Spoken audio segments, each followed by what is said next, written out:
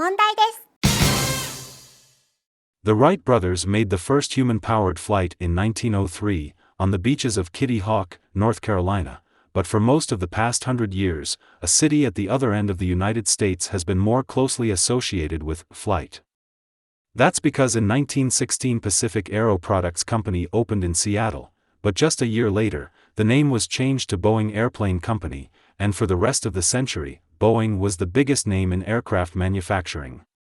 But William Boeing wasn't the first person in Seattle to reach for the sky.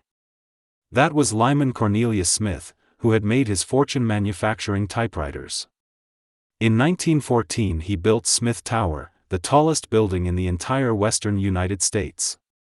Today Smith Tower is made to seem small by the buildings to the north of it in downtown Seattle, but that doesn't mean there's no longer any reason to go up to the observation deck on the 35th floor. There are still good views, westward across Puget Sound to the Olympic Peninsula, southward to 4,392-meter Mount Rainier, eastward to the Cascade Range and northward into a forest of newer, taller buildings. It's a great place to relax with your favorite drink. There's a bar and cafe up there and watch the sun sink below the horizon. Smith Tower remained the tallest structure on the West Coast for nearly 50 years, but then came the Space Needle, which is about 25% taller.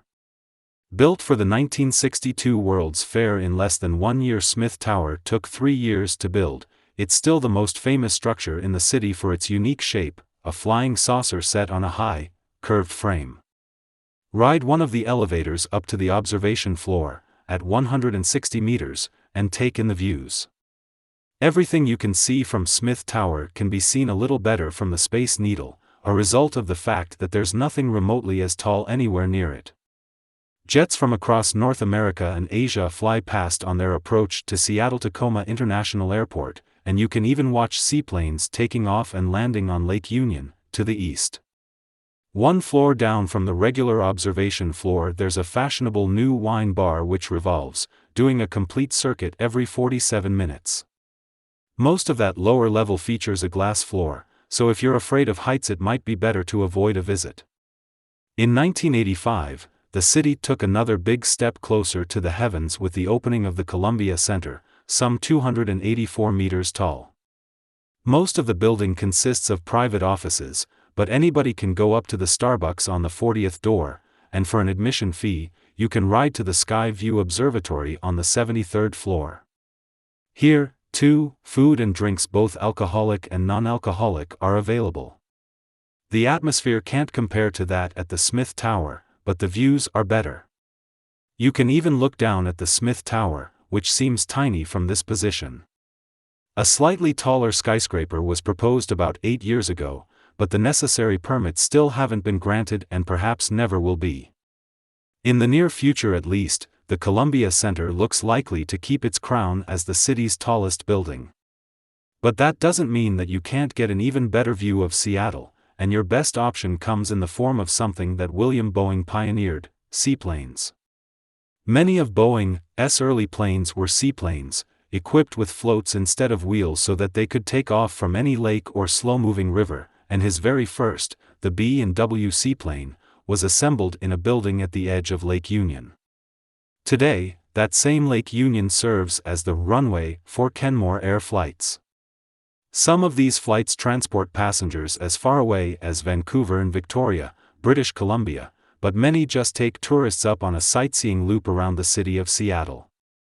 For anybody used to traveling on Boeing and Airbus airliners, a seaplane flight comes full of surprises. The flight crew consists solely of the pilot. There's no security check, no boarding pass, and no meal service. For in-night entertainment, you and the other 9 passengers just look out the windows while the narration through your headphones tells you what you're seeing. All in all, if you're in the market for somewhere to visit that has a lot to see, you might just find that Seattle is the right place for you. もう一回やってみよう。The Wright brothers made the first human-powered flight in 1903, on the beaches of Kitty Hawk, North Carolina, but for most of the past 100 years, a city at the other end of the United States has been more closely associated with flight. That's because in 1916 Pacific Aero Products Company opened in Seattle, but just a year later, the name was changed to Boeing Airplane Company, and for the rest of the century, Boeing was the biggest name in aircraft manufacturing. But William Boeing wasn't the first person in Seattle to reach for the sky. That was Lyman Cornelius Smith, who had made his fortune manufacturing typewriters. In 1914 he built Smith Tower, the tallest building in the entire western United States.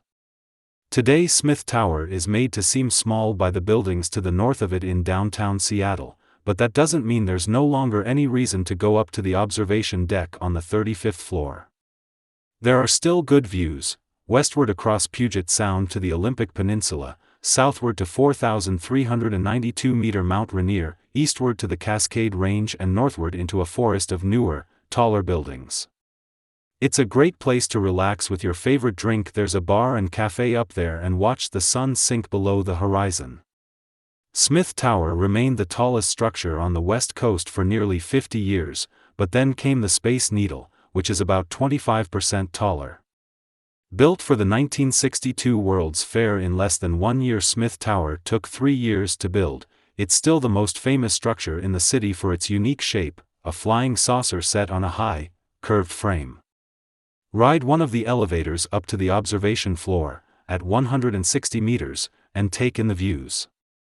Everything you can see from Smith Tower can be seen a little better from the Space Needle, a result of the fact that there's nothing remotely as tall anywhere near it. Jets from across North America and Asia fly past on their approach to Seattle-Tacoma International Airport, and you can even watch seaplanes taking off and landing on Lake Union, to the east. One floor down from the regular observation floor there's a fashionable new wine bar which revolves, doing a complete circuit every 47 minutes. Most of that lower level features a glass floor, so if you're afraid of heights it might be better to avoid a visit. In 1985, the city took another big step closer to the heavens with the opening of the Columbia Center, some 284 meters tall. Most of the building consists of private offices, but anybody can go up to the Starbucks on the 40th door, and for an admission fee, you can ride to the Sky View Observatory on the 73rd floor. Here, too, food and drinks both alcoholic and non-alcoholic are available. The atmosphere can't compare to that at the Smith Tower, but the views are better. You can even look down at the Smith Tower, which seems tiny from this position. A slightly taller skyscraper was proposed about 8 years ago, but the necessary permits still haven't been granted and perhaps never will be. In the near future at least, the Columbia Center looks likely to keep its crown as the city's tallest building. But that doesn't mean that you can't get an even better view of Seattle, and your best option comes in the form of something that William Boeing pioneered: seaplanes. Many of Boeing's early planes were seaplanes, equipped with floats instead of wheels so that they could take off from any lake or slow-moving river, and his very first, the B&W seaplane, was assembled in a building at the edge of Lake Union. Today, that same Lake Union serves as the runway for Kenmore Air flights. Some of these flights transport passengers as far away as Vancouver and Victoria, British Columbia, but many just take tourists up on a sightseeing loop around the city of Seattle. For anybody used to traveling on Boeing and Airbus airliners, a seaplane flight comes full of surprises. The flight crew consists solely of the pilot. There's no security check, no boarding pass and no meal service. For in-night entertainment, you and the other 9 passengers just look out the windows while the narration through your headphones tells you what you're seeing. All in all, if you're in the market for somewhere to visit that has a lot to see, you might just find that Seattle is the right place for you. 答